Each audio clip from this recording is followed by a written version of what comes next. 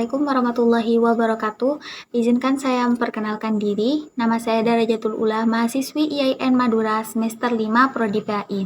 Di kesempatan kali ini saya akan membahas tentang isu-isu kontemporer pendidikan Islam. Sebelumnya kita akan membahas pengertiannya terlebih dahulu. Baik, kita akan membahas tentang apa sih isu-isu kontemporer itu. Yang pertama, isu.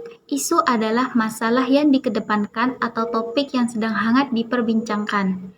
Beritanya masih menjadi hilir yang tak asing di kalangan masyarakat.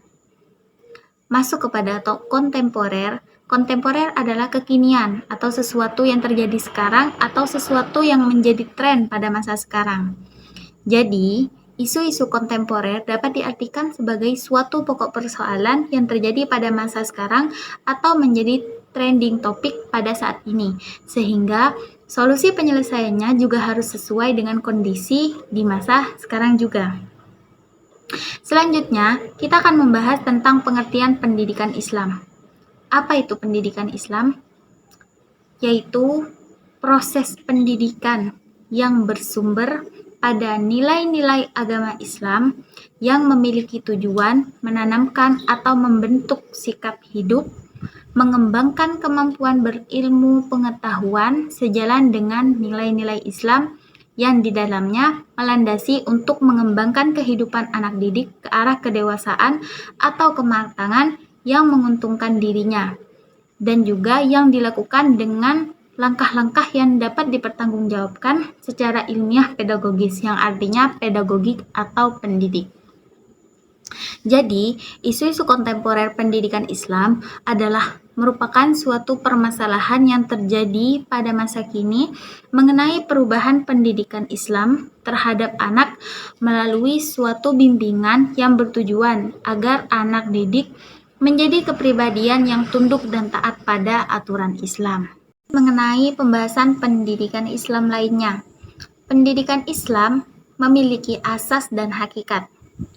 Adapun hakikat pendidikan Islam adalah proses membimbing dan mengarahkan pertumbuhan serta perkembangan anak didik menjadi manusia dewasa sesuai tujuan pendidikan Islam. Sedangkan asas pendidikan Islam adalah asas perkembangan dan pertumbuhan dalam kehidupan yang seimbang antara kehidupan dunia ukhrawi, jasmani rohani, atau kehidupan material spiritual.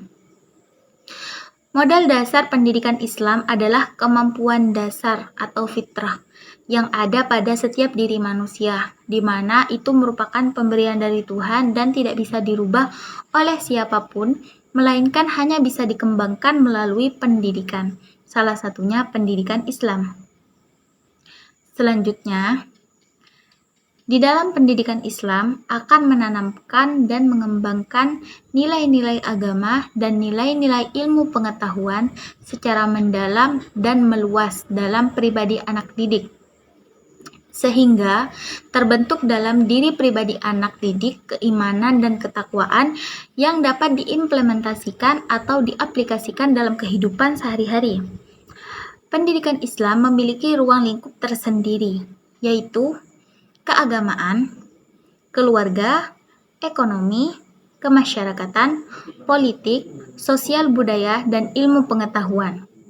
Dan yang terakhir tentang metode di dalam pendidikan Islam, yaitu metode yang didasarkan atas pendekatan keagamaan atau religius, kemanusiaan atau humanity, dan ilmu pengetahuan atau yang disebut dengan scientific.